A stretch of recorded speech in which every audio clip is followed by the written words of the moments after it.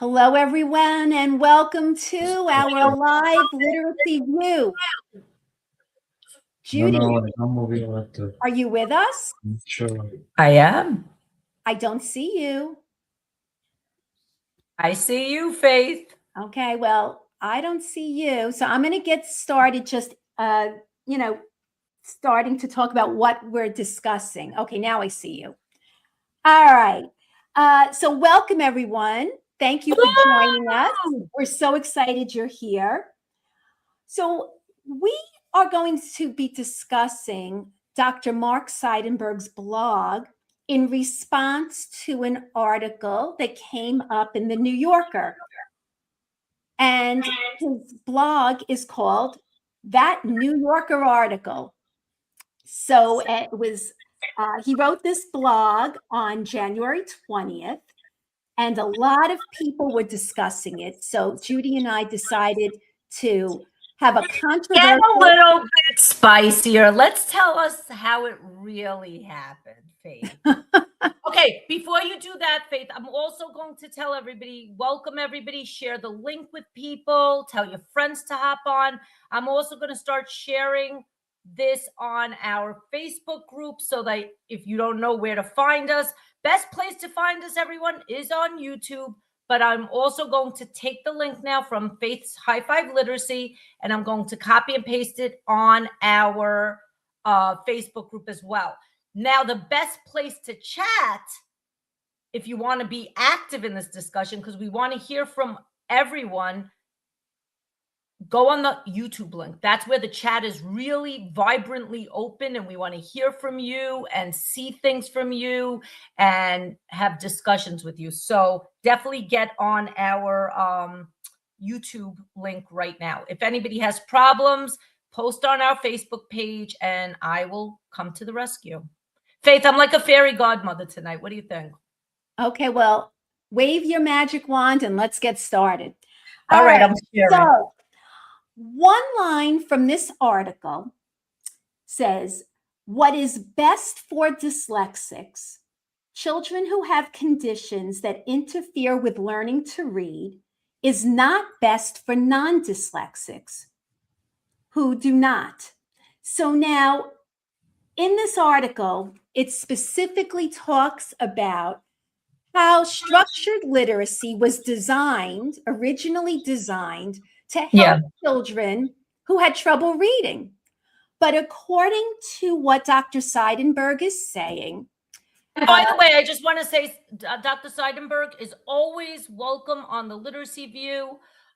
We would love to have him on. We've emailed him many times in the past, and we hope to hear from him. We would love for him to be a guest on the Literacy View. He has an open invitation to join us anytime. We're one email away, so he's always welcome. And the chat is open tonight, so if he's on here and wants to be in the chat, that's open for him as well. We would love to hear from him. So getting back to the article, just to kind of give a quick synopsis, he said basically that we've overdone structured literacy to the point where non-dyslexics are being held back because they don't necessarily need explicit instruction for as long or as involved as somebody with dyslexia. So in any case, I read this article and I kindish agree. I agree with quite a bit, but there are some things that I think are problematic about this blog, as well as a lot of other people. So let's get into it, Judy. What's your take on this article? In particular, his idea that what's best for dyslexics is not necessarily best for non-dyslexics. And perhaps we've gone too far with structured literacy. What is some by the way, we have a comment from Donna in the chat. It says, you never know, he might hop on. And we put that out there. So everybody's always welcome on the Literacy View. Okay, so I'm learning in literacy to not let my emotions overtake everything. Everybody knows me on the Literacy View already. Everybody knows I'm an emotional person. That's just who I am. But I think because we've recorded so many times with so many brilliant people and had so many discussions, some of them very controversial, some of them uncomfortable, I'm learning how to take a step back and breathe. Although in an upcoming episode, you'll see me going crazy. I'm not going to lie, on an episode that kind of relates to this episode. But, you know, I read it at first and stuff started to make me uncomfortable. And I was twisting and turning and getting upset. And then I thought back to an episode that we recorded with Steve Dykstra. And it was also about something that Mark Seidenberg wrote as well. And I remember, Faith, do you remember that one? It was that PowerPoint, right? Faith, I don't hear you. You're muted, my dear. Do you mean specifically about? I love that you're muted. Yeah. Do you remember? So I think that he had written something where a lot of parents of children with dyslexia got very upset as well because they felt like he was turning the clock back on everything that they've achieved to try to help their children. Right. And it was that article, I remember, it stirred emotions. And Steve Dykstra said something very important. He said, when Mark Seidenberg speaks, you have to listen. He is a researcher, right? And he has a very important message to convey to people like myself who are in the field. And sometimes things that you read or see might not feel comfortable, might not sound like what you want to hear, might not even be as clear as you wish it was. But, you know, sometimes when scientists write or researchers write, it doesn't always make 100% sense to practitioners in the field. We might not always agree, but then it leaves questions sometimes because you're not fully understanding, okay, let's get deeper into the research. How do I know this is 100% accurate? How do I know what to take with that information and do in the classroom? I think it's scary, Faith. When I read the article, it was scary because, you know, I'm in those trenches every day. I see how many kids that may be at risk for dyslexia or may not be at risk for dyslexia, but I see a lot of kids that can't read right now in the United States of America, unfortunately. And I see it at work, but I also see it in the wealthy town that I live in. So I know that there's so many kids right now that are struggling. But when I take a step back and breathe and try to really think a little bit deeper about what Mark is trying to say, I think he does have many valid points. Do I understand everything he was trying to say? Probably not. Do I think that let's try to tease this out, because you said a lot, and I think it was great that you brought up our episode with Steve Dykstra, because this is not an attack on Mark Seidenberg. We are trying to really get into the blog, right? We're trying to understand it. So here's what I think is important, right? That I do agree with, that there are times when I see classrooms and they are beating a dead horse after a while with kids who are truly ready to make that leap.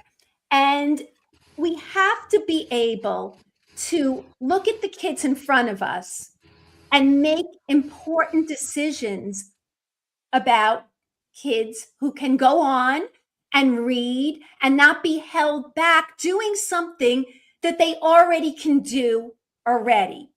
Right. The problem that I see with this article is it's a little vague.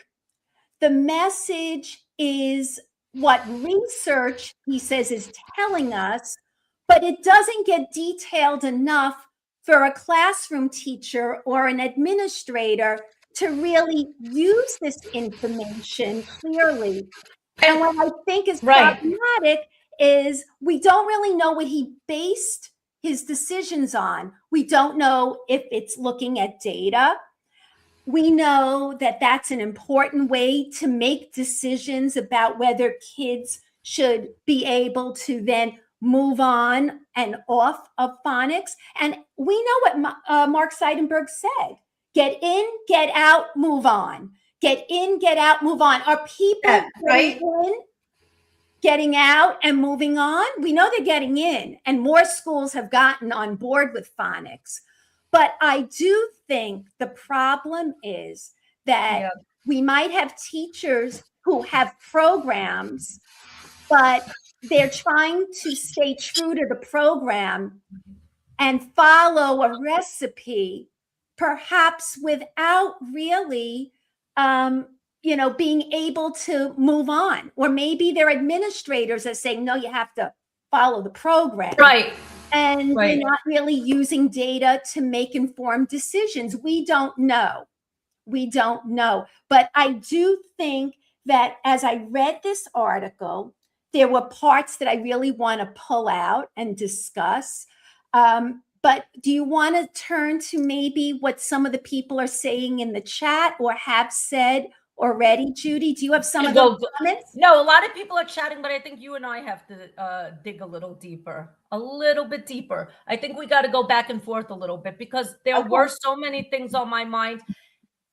So I had the same question. I wanted to know, where did all this research and data come from? Then I wanted to text Nate Joseph and talk to him about it, but Faith said, don't do it yet. Let's see if Nate Joseph hops on tonight and gives his input. But that's how well trained I became because of the literacy view. Like years ago, I never used to look for research. I never used to look deeper. I never used to ask these questions. Everybody on the air knows I was trained in reading recovery. I thought it was the gold standard. I did it for 4 years. It was my end all be all. I never really read that much research. I just read, the reading recovery books, but that's not me anymore, right? So no matter who writes it, I don't idolize anybody anymore. Nobody. I just keep saying, okay, what does this mean? Where is the research? But I think Faith made a very good point that, and that's why the literacy view is so important. I think researchers sometimes write in ways that doesn't always make sense to people like me that are practitioners, and what that means for me as a coach, as I'm helping my teachers understand it 100% so I can be armed and most effective in the classroom tomorrow. Like when things are almost not spelled out in practitioner practical language, it makes it a little bit confusing. And I think confusing messages, and I don't think this article was confusing actually, but I think some of our viewers, based on the comments, interpreted it in a way that was concerning. And we'll read some of those comments. I think communication is very important. I think more conversations have to be had, and Mark is 100% welcome on the literacy view to continue this discussion, where we take research and really talk about what does that mean for classrooms and how do we make that bridge to practice come alive. It's with people like Faith and myself, right? We're not podcasting to make $1 million. We're doing this because we're in the field helping kids every day. Faith and I, between both of us, we have over 100 years of experience? Not 100, but maybe go that far. we all want to do right. But Faith, there was 2 little links that Mark did put in the article. Did you see the 2 little links to click on something? Did you look at those things? So he said here, here, and here, right? They are discussed in greater detail. And I did.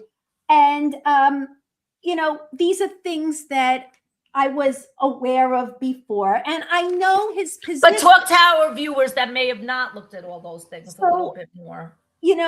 All I want to say is that from what I've gathered, from what he has said in the past, what I'm seeing in this article, again, I can't talk for someone, but I could only, say how I'm reading into it is that, yes, phonics is important. He's saying it's important. It's the entree into reading. But once kids break the code, and it's now that's the key though. How do we know? Right? Is it through observation? Is it through data collection? Right. Are you doing screeners? So we have to be clear about that and which assessments are we using, right?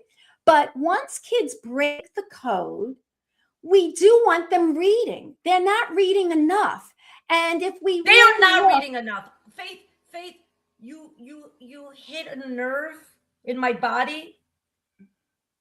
Kids are not reading enough. And, sometimes at work, I have to fight the good fight. I say, oh, small group. And then the boss will be like, oh, there's small group's not the end all be all. And you know what? Sometimes those conversations, even at work, are uncomfortable. But you know what? It pushed even my own thinking. It's not only about small group. It's about how can you make sure kids are reading throughout your entire literacy block? How are they reading during your ELA block? Are you just reading a story for them, or are you giving them a chance to also read? What are you doing during other times? Are you doing shared reading? What are you doing in your tier 1 instruction to make sure that kids get that chance? Are you listening to at least 5 to 6 kids reading a day and taking notes to develop your next steps? It was funny. I saw an amazing teacher the other day, and we were instructing kids, Faith, and we made an assumption that the kids couldn't do harder work than they could.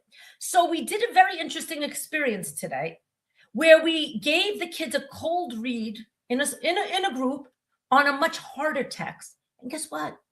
The kids were able to do it. They're way ahead of what's happening in their quote unquote phonics block.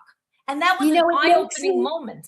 Yeah, so it makes me think of Anita Archer. Don't commit a suicide, right? Don't commit a suicide. Talk to me about that. That's one of her Archerisms, right? Don't commit a suicide. And so here's the thing.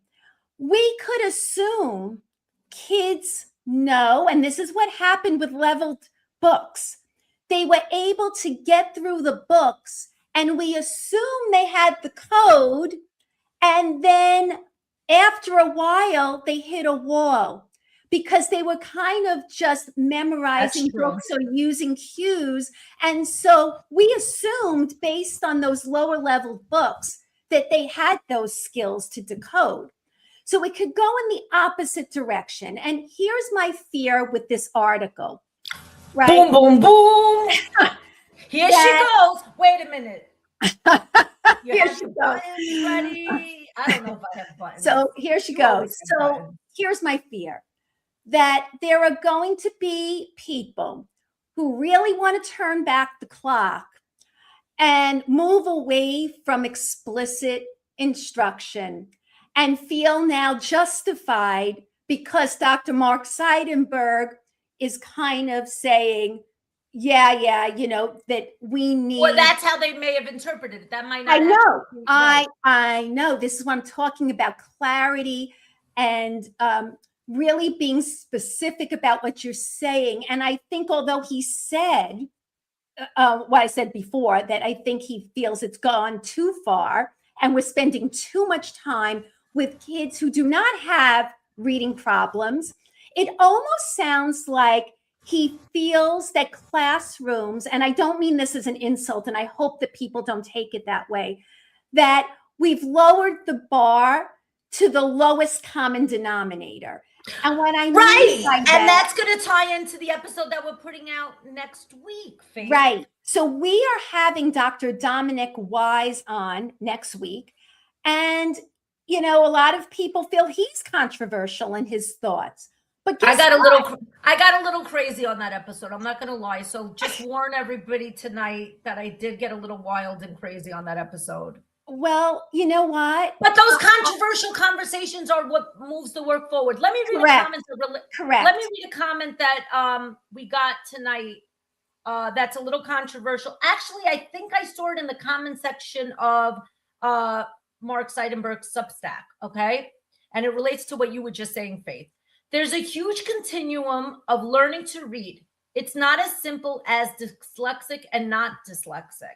Many non-dyslexic students require additional instruction as well. This article makes it sound like teachers should go back to balanced literacy for the masses. The statistics were clear that methods works well for only about 20% of students. Your black and white approach tells me everything I need to know, that your research is unfounded. Wow. And lacks crucial components that actual reading intervention teachers have. So trying to get teachers to back away from teaching literacy in a structured way is a narrow-minded attempt to make your unfounded research seem accurate and important. It is sadly neither. Okay. But this is exactly what I mean. There are a lot of people out there who feel his articles confuse people and feel that it's, that we could turn back the clock to balance literacy. And I know that's not what he is talking about. And again, that goes back to interpretation. Correct. So which definition of balanced literacy are we using? Are we using one that kind of is like something that morphs from whole language? Or are we trying, and I think Donna said this here, I think we need to be careful about what Mark is saying. Dare I say there needs to be balance, and I know what she means. Balance in terms of all the components, having a day that's filled with all the components necessary and making sure we're doing more of what's needed when it's needed and not overdoing any one part, and neglecting another part. But what about Faith? I just want to mention also, there's a lot of good ones coming in. Keep them coming, everyone. From Reading Simplified said, having a nuanced convo on difficult issues like this is a huge contribution to the field. We need to get past black and white thinking. That's exactly why we're doing this. That's pushing me. Why we're doing it. You know what? It's pushing me because, like I said, sometimes I initially react and I'm emotional and maybe sometimes a little attached to ideas, but this is pushing me as a professional to take a step back, to take a breather. And it doesn't mean I'm going to agree with everything, but I'm going to reflect a little bit more because like Steve Dykstra said, is when Mark speaks, he knows his stuff. He knows what he's saying. Let's think about what the implications are. I think that's the hardest part. I think a lot of people in the field have trust issues. It's like a relationship. When you break up with somebody, people have trust issues. I think after the balanced literacy days, a lot of people have post-traumatic stress disorder where, we don't trust. It's very hard because we know we failed kids in so many ways for so long that we don't want to do that again. And we also have another comment. Yes, this is becoming a big problem from Jean, I think. This is becoming a big problem. There are first graders in classrooms in which children have no experience with authentic text. I see that too. I see a lot of decodables with teachers that sometimes don't know, okay, they have a lot of reading behaviors that are solid. They know what to do when they get to a word. They know how to decode really well. I don't see a lot of flexible approach where they're doing some decodables and they're transitioning into books that are authentic. Or if a kid doesn't need decodables anymore, why are they only in decodables anymore? I don't see a lot of that transitioning. That I do need to agree with that. The comment continues to say, there are first graders in classes which have no experience with authentic text, even in read aloud. Oh, it's phonics and phonemic awareness all day. And that could be a dangerous thing. What would you say, Faith? Exactly. And here's the thing. I think, he talked about structured literacy, right? And he said, wait, talk about that term. Remember, we just did that sloppy language term. So let's remind our viewers. Right. So Judy and I did an episode about sloppy language. So let's make sure we know what we're talking about here. So when he's talking about structured literacy, which is my understanding of what it means, we're talking about the structure, the systematic teaching, the building blocks that's cumulative and, it's systematic, it's structured, explicit. Now, all kids could use that unless they go into school already reading. But, they all could use some of that explicit teaching at the beginning. What he feels is, instead of saying, okay, some kids are ready to fly now and other kids still need this, we're not differentiating enough. Now, here's the problem. I know what you're going to say. I think I know what you're going to say. The research tells us that whole class teaching is the way to go for the majority of the school day, right? And that tier one should be used carefully with lots of thought. Now, again, how is this done? How is this done? And I think what? It's not easy to be done. And I hear this all the time. You'll have phonics lessons. There's like fluent readers, and now there's 30 minutes of their time being spent on something that they're, pretty good at already. But that would also take a teacher knowing that even in a tier 1 lesson, you have to differentiate your questions. You have to add more rigor. So like, I think I've spoken about this on one episode where, like, even in a phonics lesson, I have different groups that I know based on data. And I give those groups names that have nothing to do with levels, nothing to do with anything. Big owls, little owls, whatever it is. And you differentiate your questions, because you cannot have the kids that are really the high flyers sitting and wasting their time. So you do have to be mindful of those kids, because what is happening in a lot of classrooms, unfortunately, is that a lot of our high flyers are not staying high flyers because their needs aren't being met. And I'll tell you how I know this. And that's what I believe that's what he's saying, that it's detrimental for the non-dyslexic. You know how I know it? When you look at screeners. After a while, it's not serving them well.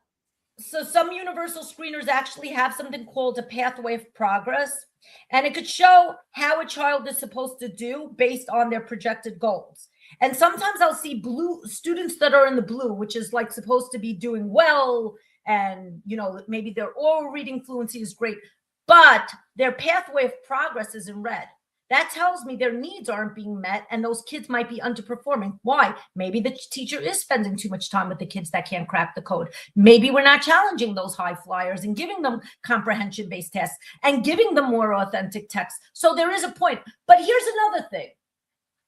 I've tried to propose this idea, but I've gotten pushback in different schools and situations. Maybe we should be grouping for our tier 1 instruction. Like, okay, these kids can do higher level things.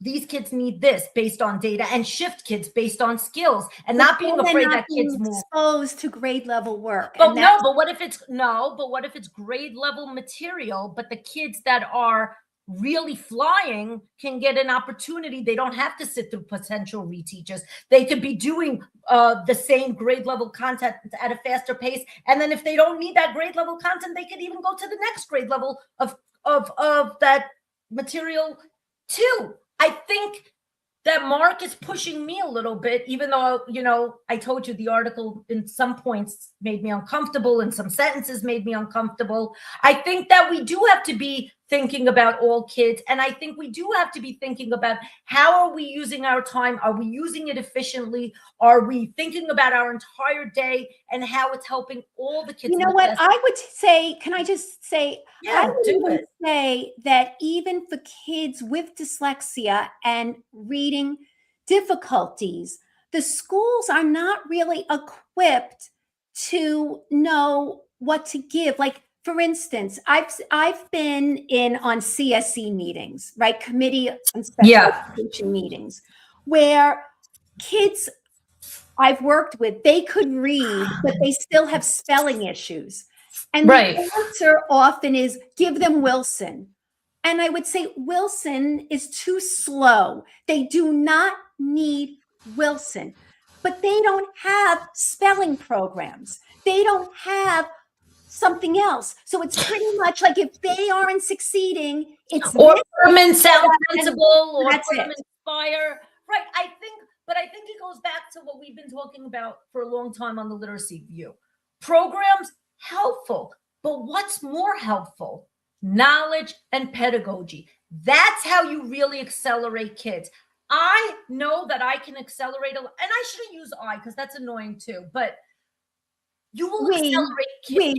We will accelerate kids so much more efficiently if we have a deeper level of pedagogical practices and really.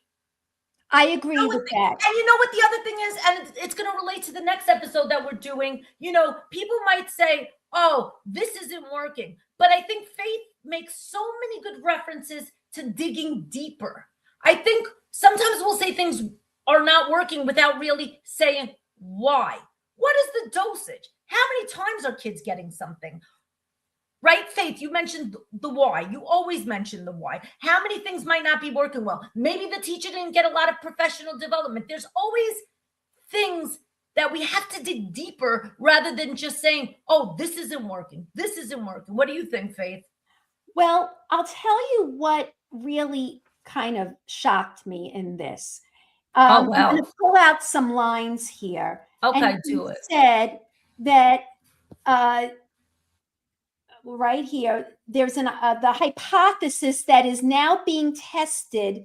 So basically what he's saying is that we don't really have evidence. He said it's a hypothesis that is now being tested on a massive scale in American schools.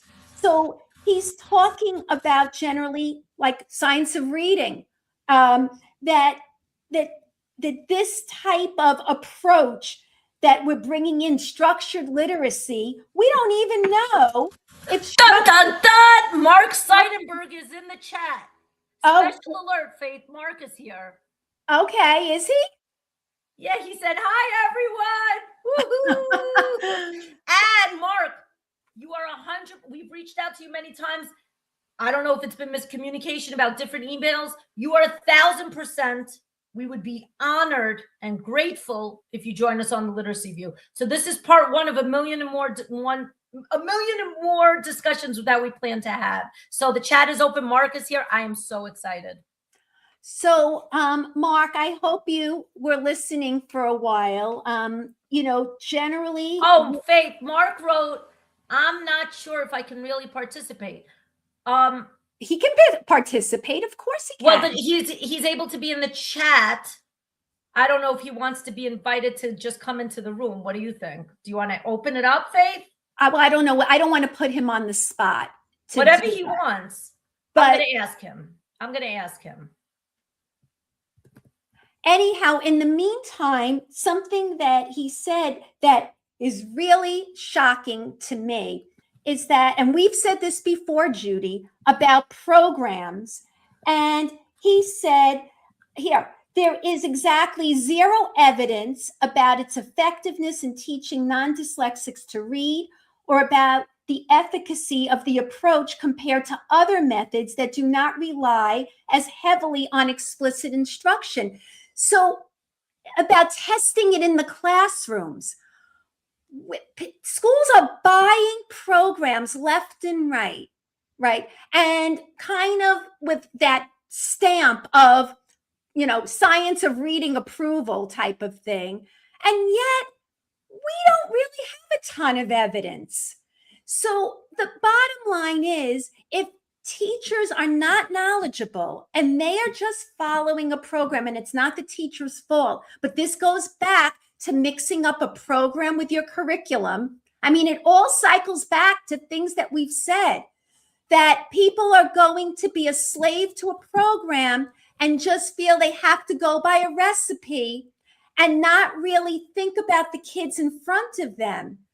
Who are you teaching? Are these kids who already have these skills already? And I do think we don't want to turn the clock back, because that's not, I know that's because you know what it is? I think we're finally making some gains, and yet, people can challenge me. We're releasing an episode next week where somebody said there haven't been so many data shifts. I mean, I see the shifts. My fellow coaches see the shifts on screeners. We saw state test scores in New York City went up. We hear about other states. So it's just like so much information. Okay, so I love this comment, Judy. Can I read this one? Wait, I just want to chime in. People are asking for Mark to join. Mark also said,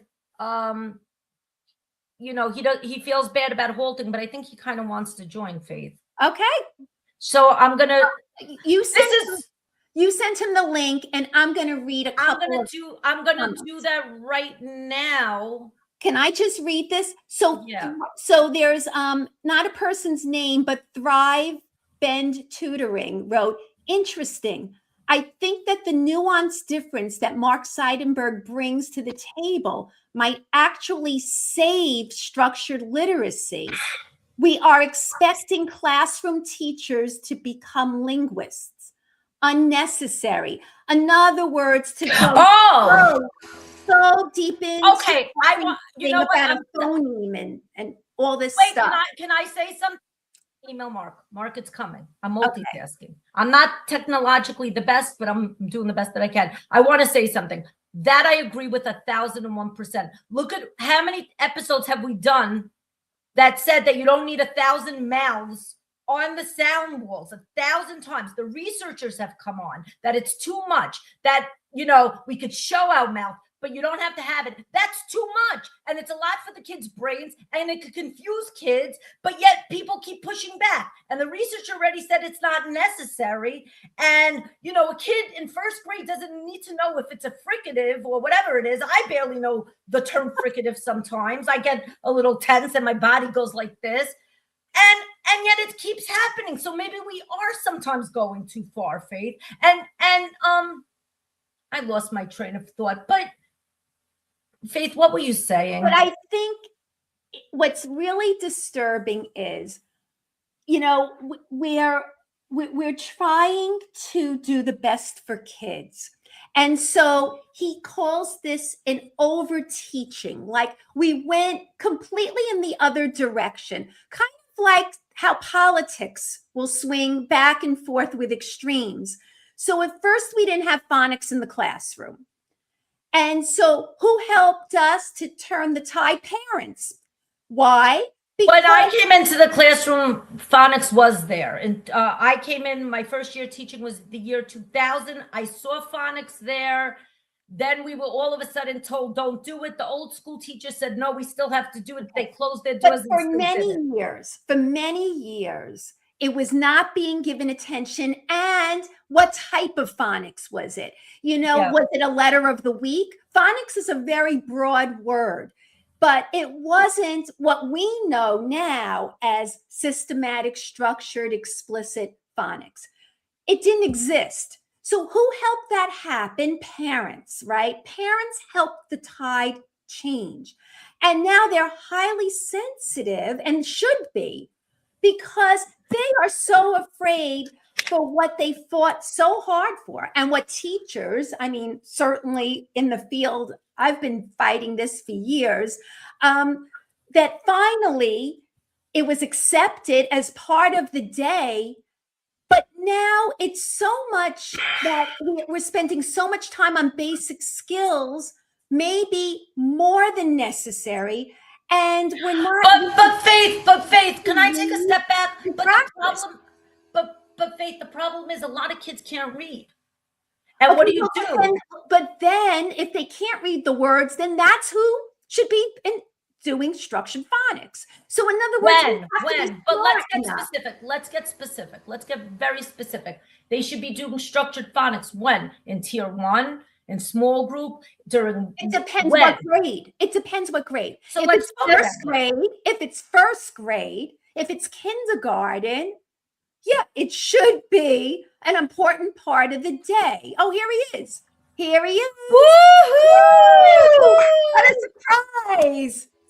This is great. Hello, Dr. This is amazing. This is historical. You're having a party. We're having a party over your blog. We're having a party.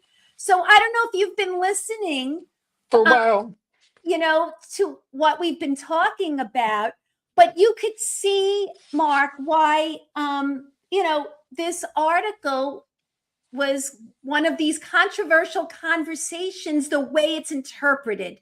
So in other words, what you're saying, I think, is an important message, but there are people out there who feel, oh my goodness, people who want to hear something else. might take this and run with it and say, well, Dr. Seidenberg said this. Oh, sure. Yeah, I think it's a difficult situation, and I'm hearing feedback in the background, so it's a little hard to follow, but there's a lag of some sort. Anyway, I think it's a difficult situation, and I'm very mindful of not wanting to complicate people's lives too much more than they already are. So, what can I do for you at this point? So I think what Judy and I took from this article was that classrooms can be spending too much time on explicit phonics instruction and not, as you would say, moving in, moving out, moving on, right? Get in, get out, move on. And that they're not getting to read enough. I think that's what you're trying to say. In a lot of situations, I think that's probably true. You know, you all are closer to what is going on every day in classrooms. I'm just going on what people report. But it certainly sounds that way. You know, for me, what's happening is a bit of an overcorrection to what was to the things that had gone wrong in the past. You know, so I didn't do a reasonable job with basic skills instruction in the previous approach. So now we're not going to leave any stone unturned. We're going to make sure that we have good, solid, extensive basic skills instruction so that every kid can get off the ground. I mean, I think that logic was reasonable, and yet it's too extreme. It doesn't make use of all of kids' capacities. It underutilizes their other skills, and it kind of drags instruction out. Is it realistic? You tell me. You know, if you have to teach all these components of reading and it's done through explicit instruction, you can do it, but at what cost? It's a lot of time. Is it necessary? Who is it necessary for? Maybe it's necessary for some kids who are struggling, and maybe it's not necessary for other kids who are progressing because they're getting off the ground. So I do tend to think there's been an overcorrection and that we need to dial back. Now, that doesn't mean going back to where we were before. It just means dialing back somewhat, and that making more room for kids to start taking over more of the learning themselves. So Judy, my co-host Judy is in the field and she coaches in a school in the Bronx, and she, you know, says a lot of kids are not reading. So Judy, why don't you, you know, talk a little bit about the kids in your building, just in terms of their background, and maybe ask Mark his opinion about what should be happening. All right. First of all, I'm so honored that you're with us tonight, Mark. We've reached out to you in the past and maybe we didn't have the right email. So like, this is like a gift. So thank you. No problem.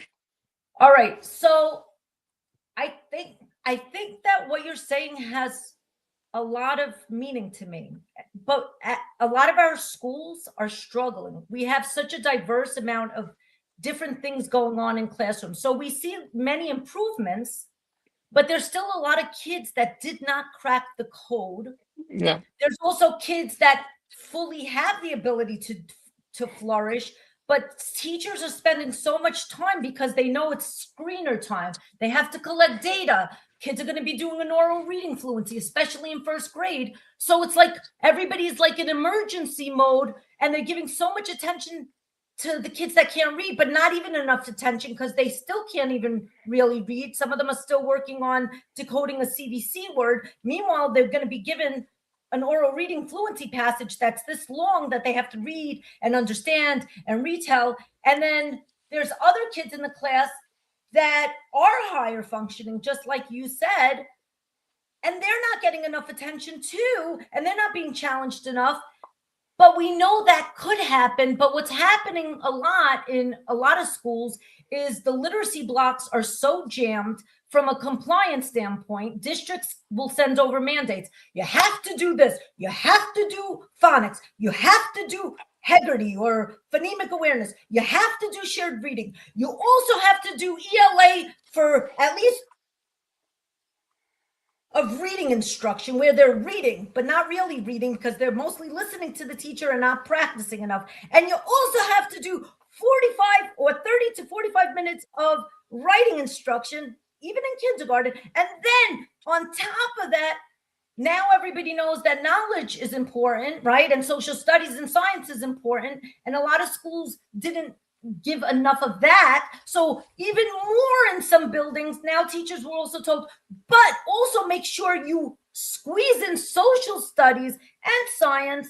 And because teachers are so overwhelmed and there's so many diverse learners in their classrooms with so many needs, they're lost. And so many of them are strong pedagogues. So let's hear what Mark has to say, because I'm sorry if I sound a little crazy tonight.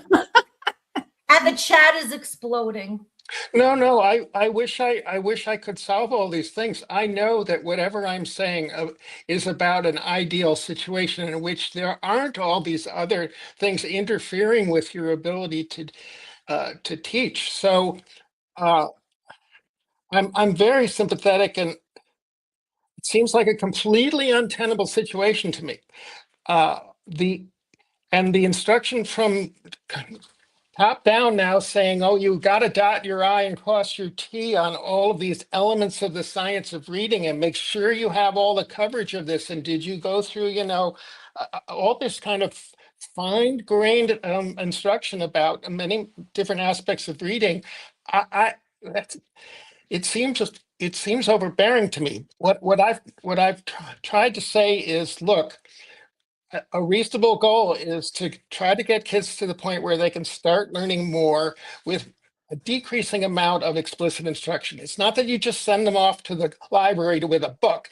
It's that you get them they know enough phonics patterns and they can read enough words, and maybe they got enough sight words to get off the ground and enable them to start learning from other kinds of activities rather than having to step through all of these different components, leaving no stone unturned. That seems to me not justified because it really underestimates kids' capacities to learn.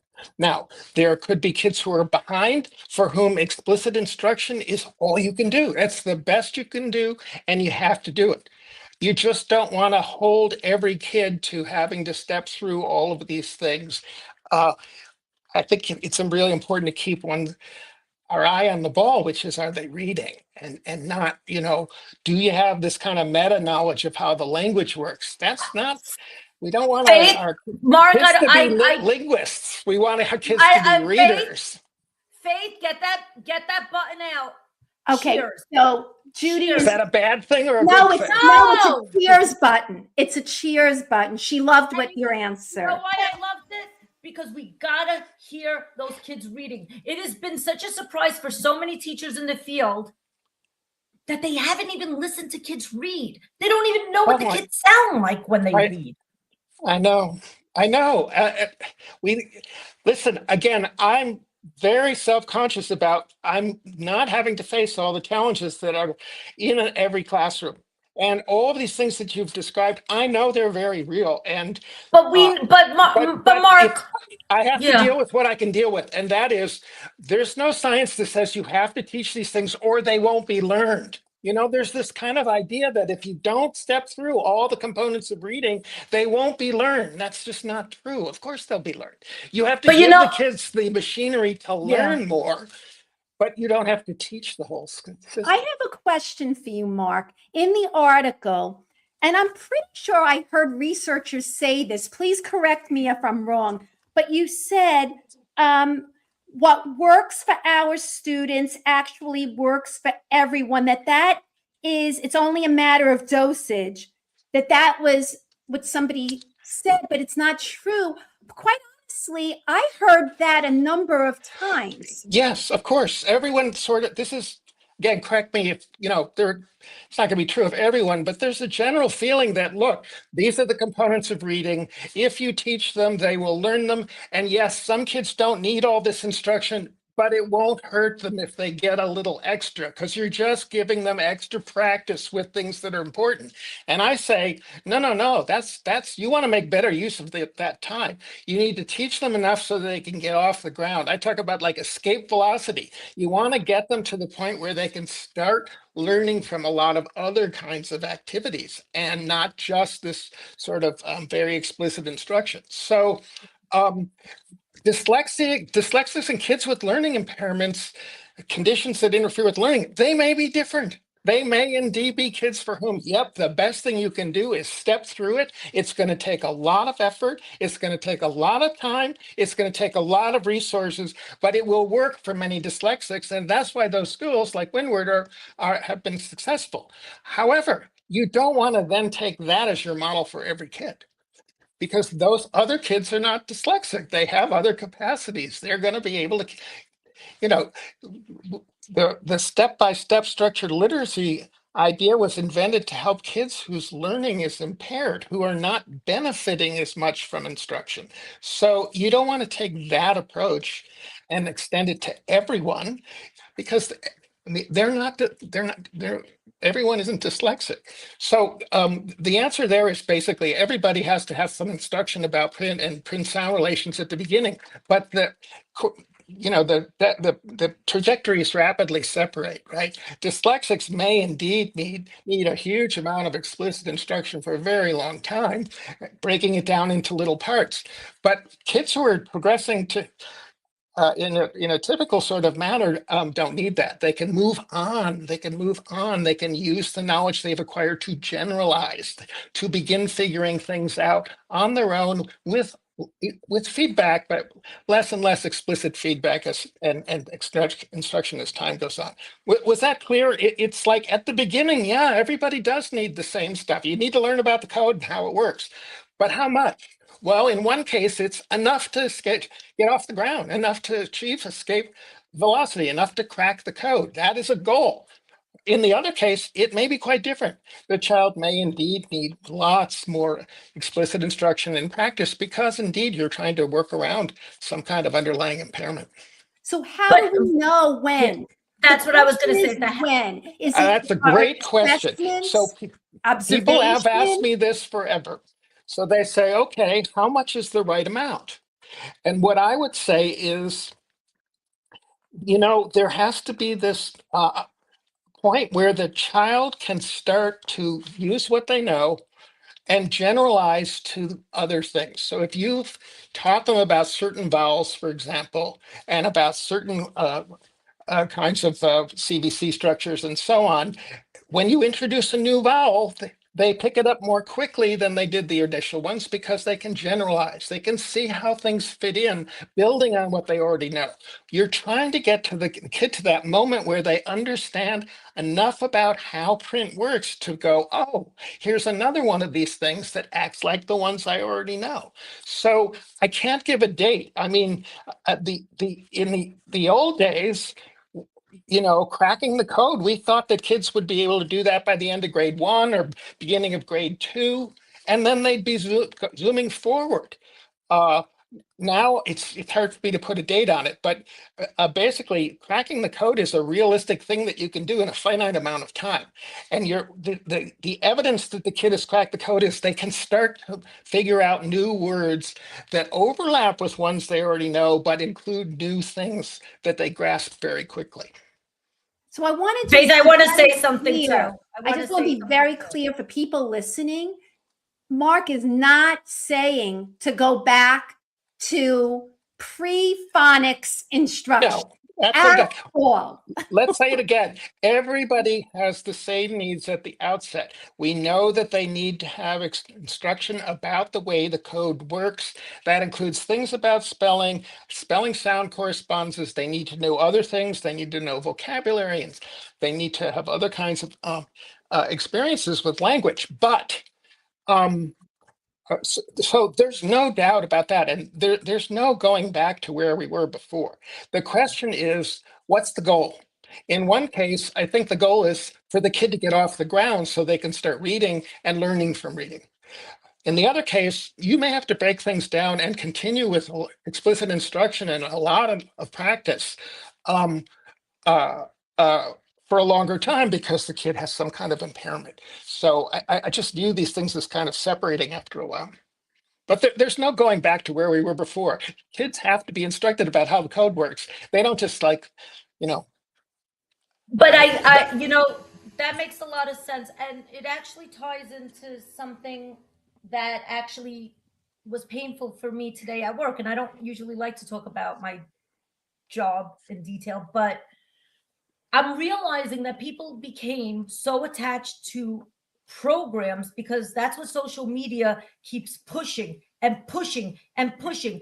And a lot of times behind the scenes, Faith is like, Judy, don't be that attached to the program. And, initially, yeah, I love this.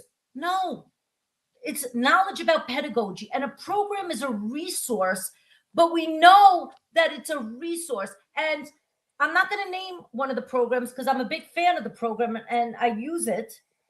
It goes really slow. And when I read Wiley Blevin's book, it said that by middle of first grade, kids should know how to decode a good amount of words. Yeah. But when I'm seeing a lot of kids in the field, because people are over relying on programs and not realizing we could show kids different things in a literacy block, kids can do it. Don't be so afraid to show kids an R control or to show kids a vowel team. You don't always have to wait. Kids can be exposed to things, even if it's not in that 30-minute block, because if you don't do it, guess what you're going to have at the end of the year? A lot of kids that can't read because you relied so heavily on a program rather than realizing there are many opportunities throughout your literacy block to give kids what they're ready for and what they need. So I think that reading. Can I just say, yeah, I agree with you. I think I would put it in, it is up to the teacher ultimately and the teacher's knowledge and skill, and the curriculum is just the tool there. And indeed, the curricula often are trying to leave no stone unturned. They got to include everything. They got to be very detailed now. They have to check off lots of boxes. And indeed, I look at a number of them and I go, this is too micro. This is breaking it down into such tiny parts. When are you going to get to the good stuff? So, a teacher who's aware of that possibly can make use of the curriculum in a more creative way. Though I understand they have to answer to people who want to know, did you, what have you been teaching and how have you been using the curriculum, and are you following are you meeting our expectations about how the curriculum is going to be used? So basically, I'm trying to agree with you. It should ultimately just be a tool, and if the program is too micro and is too slow, jump ahead. Your kid is not going to suddenly melt. And I think, Mark, what you're saying is teacher knowledge is so important because you can't possibly make good decisions if you don't really have a handle on when to move and when to hold back. It really goes back to good decision making. That's right. A teacher needs to be ready to pivot, to be flexible, and to be responsive to the data in that field. And the administrator also needs to know, because that person is looking at the lesson and perhaps following a program and maybe seeing, oh, this teacher deviated from the book. And wait, Faith, I got to jump in. Maybe we took the word fidelity a little bit too far. Well, I actually, I think fidelity can be really used against teachers because, you got these let's just say there are programs out there that make it into a long slog. And there isn't really a lot of there aren't outcome studies showing that these particular methods are effective. We don't have that yet, but the teacher, these are reports I get from teachers. They say, well, my kid is reading and everything, and I want to move ahead more rapidly. And the response I get is, no, stick with the program. You got to step through this stuff. And if you don't follow, the guidance, the teacher guide to the letter of the law, that it's on you if the kid doesn't succeed. So I think fidelity is what happens when, teachers start to notice, do I really need to be stepping through this? Can't I jump ahead here? My kid is reading this stuff. Why am I still stepping through these other sort of requirements about components of reading? When people talk about doing that, the response they often get is, no, you have to stick with the program. And if you don't follow it to the letter, then your kids are not going to do as well, and it'll be because you didn't follow the curriculum. So I think it can be used as a weapon against people. Wow. And also a reason for coaching. And I'm sorry, what about coaching? Literacy coaching. That a coach can help facilitate those discussions about perhaps when to move on and looking at data together, because sometimes it is hard for one teacher to make that decision. But having a team of people, when you sit regularly with them and you say, well, how can we help you to move this along a little bit? But I think the problem, Faith, is that teachers don't have that much power. Like, we have power. There's things that are in the realm of our control, but there's many things like the structure of our literacy block. We might want to pivot. And I think we don't have a lot of opportunity to do that sometimes, because there's a compliance portion, and it becomes very frustrating to people that want to pivot. And what's frustrating? A lot of these compliance things don't really take into account the data, because if you really are responsive to data, you have to be prepared to pivot, to maybe make an adjustment, to do something where you can. But I don't see that many teachers feel empowered to do so. They don't want to get in trouble. They're rule followers. But I also want to mention something, Mark. We have a comment in the chat from Reading Simplified, and a couple of people asked. They said, it might be interesting to hear more from you, obviously, Mark, about your thoughts on the tension between explicit and implicit instruction. That's been a lot of buzz going on too. So our viewers would like to hear from you on that. So I think explicit instruction is obviously crucial at the outset. And the way I think about it is, the goal is for it to sort of set up this implicit learning, which is, learning from reading and language activities, of a variety of them, and with feedback, and with interaction and so on. But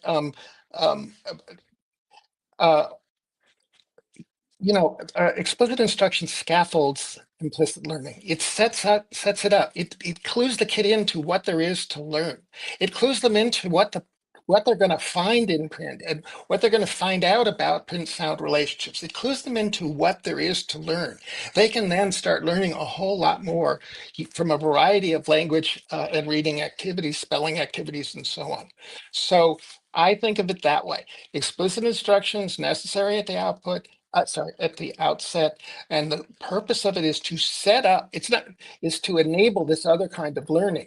It's not that explicit instruction stops. It's just that you don't have to use explicit instruction as your only way of helping a kid acquire all the knowledge that they really need.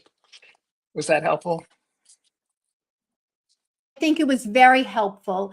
Mark, as we do on the Literacy View, I don't know if you're familiar, but we have our guests usually call 3 things that are BS in the field and 3 things that you want to cheer about. You don't get me started. What I want to cheer about, don't get me started.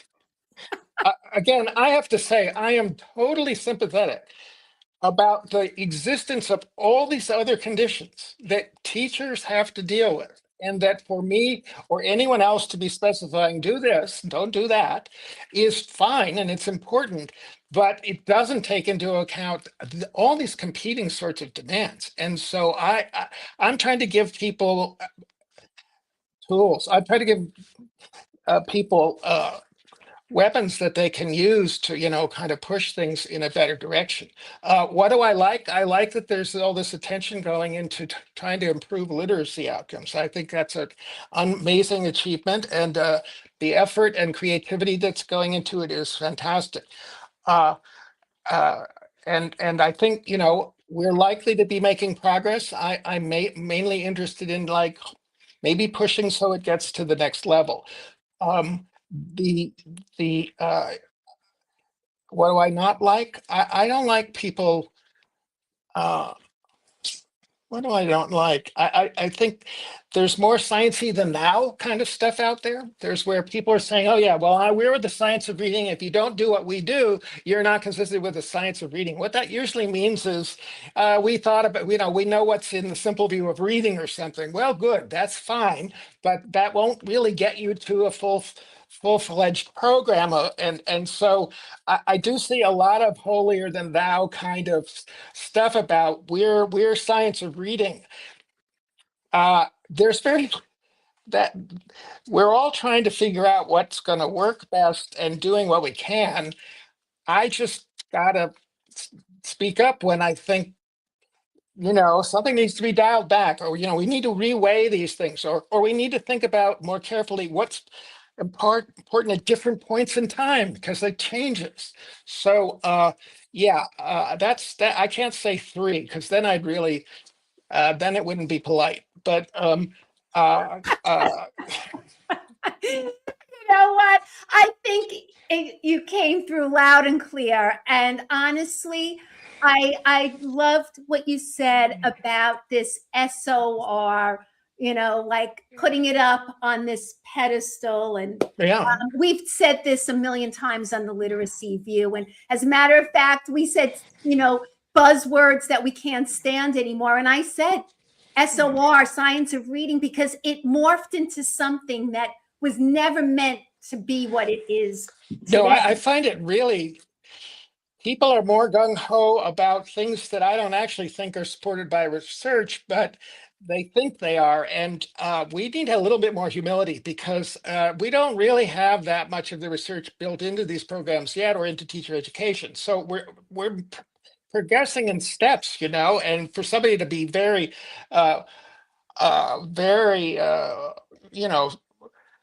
self-righteous about having to stick with the program because we know this is what works, that's really not appropriate to me.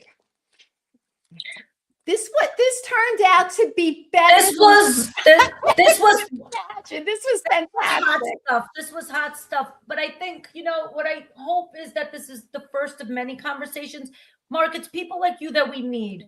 We need you, but we want to talk more to you, and we want more help, because I think, and I guess maybe this is not Mark's job. Whose job is it, Faith? How do we make sure that we take this information and do something with it in the right way? How do we make sure that district offices understand? How do we make sure that superintendents understand? How do we make sure that principals understand? So how do we get your message to be brought to the masses? Because, like this becomes a club on social media, people who are really interested tune in. It's the same as conferences. The people who want to really know, we could talk about that. I mean, obviously, some of it is getting the message, having a useful message, and one that's appropriate. And then there's what to do with it, and how it needs to be conveyed to a broader audience and used in schools. So I think there's some very interesting things that can be done. And I've seen my work, speaking frankly, I've seen my work used to justify lots of things in pedagogy that it doesn't actually support. I would like to use it to support things that will be more effective. And so I'd like to be able to give you people the tools to be able to ask the question, why do I have to step through all of this if my kid is reading at this level already? Or, why are we still doing these other kinds of exercises? I want to spend more time on reading. So These are difficult questions, I know, but I'd be happy to participate in the discussion. Yeah, I would love to continue this. I just hope that people don't think that means, well, level literacy was a way to differentiate. And, you know, that's the fear, Mark. I think that when people see this, that you're almost saying, oh, yeah, that we should go back to something like a pendulum swing. People think Yeah. it's a pendulum swing, and they're not thinking deeper. And I think, Mark, what you're doing, it's more like the pendulum swung and then you bring it back a little.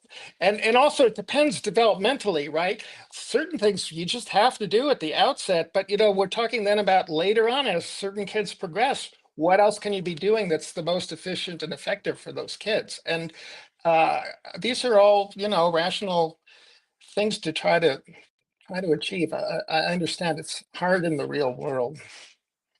Well, this was fantastic. Thank you so much, Dr. Mark Seidenberg. What a great surprise. And for those listening, tune in Tuesday. You're going to hear my God, I go crazy on that episode with Dr. Dominic Wise. And he has a lot of important things to say too. And a lot of people have shut him out because he wrote the Balancing Act, and people don't want to hear the word balance. But you know what? We have to kind of dial it back a little. So I hope you tune in for that conversation. And I go a little crazy on that episode. That episode was recorded before this episode. So I might have behaved a little bit better after I heard from Mark. This was so special. And the crowd is so grateful. And I want to let people know the chat is still open. We're going to be reading all the comments. This is just the beginning of a discussion. And the only way we could really move this work forward is having those controversial conversations, not just saying everything is great, let's move on. That's not the literacy view. The literacy view is very different than other podcasts. We don't kiss up to people. We're just two regular people having conversations, and having conversations with researchers is our biggest privilege because that's our passion. How do we take what the researchers are saying and bring that into real classrooms with real teachers and real kids? Because those little kids, they're not going to be in first grade 5 times. Their lives matter. And if we don't get it right, it's not fair to those kids. It's not fair to those teachers. It's not fair to anybody. The other thing I want to mention is Faith and I are looking for sponsors for our show. And if you think it's publishing companies, don't contact us. We want to stay a non-biased show. We don't want to be paid off by publishers. No, it's a big no. But guess what kind of sponsors we're looking for? We want sponsors that appeal to educators. We want sponsors that appeal to teachers. Hacks. Faith, talk a little bit about what kind of things would appeal for us for potential sponsors. Anything really. Health, fitness, beauty, we don't care. But if you think that our audience nutrition, meal prep, be interested in your product, get in touch with us. All right. And the way you can get in touch with us is by contacting Faith and Judy at theliteracyview.com. Once again, Faith and Judy at theliteracyview.com. Thank you, Mark Seidenberg. Thank you, everybody that's been chatting in the chat. Your comments will be read. We will be responding, and we are so honored, and hopefully many more discussions to come. Thank you. Thank you.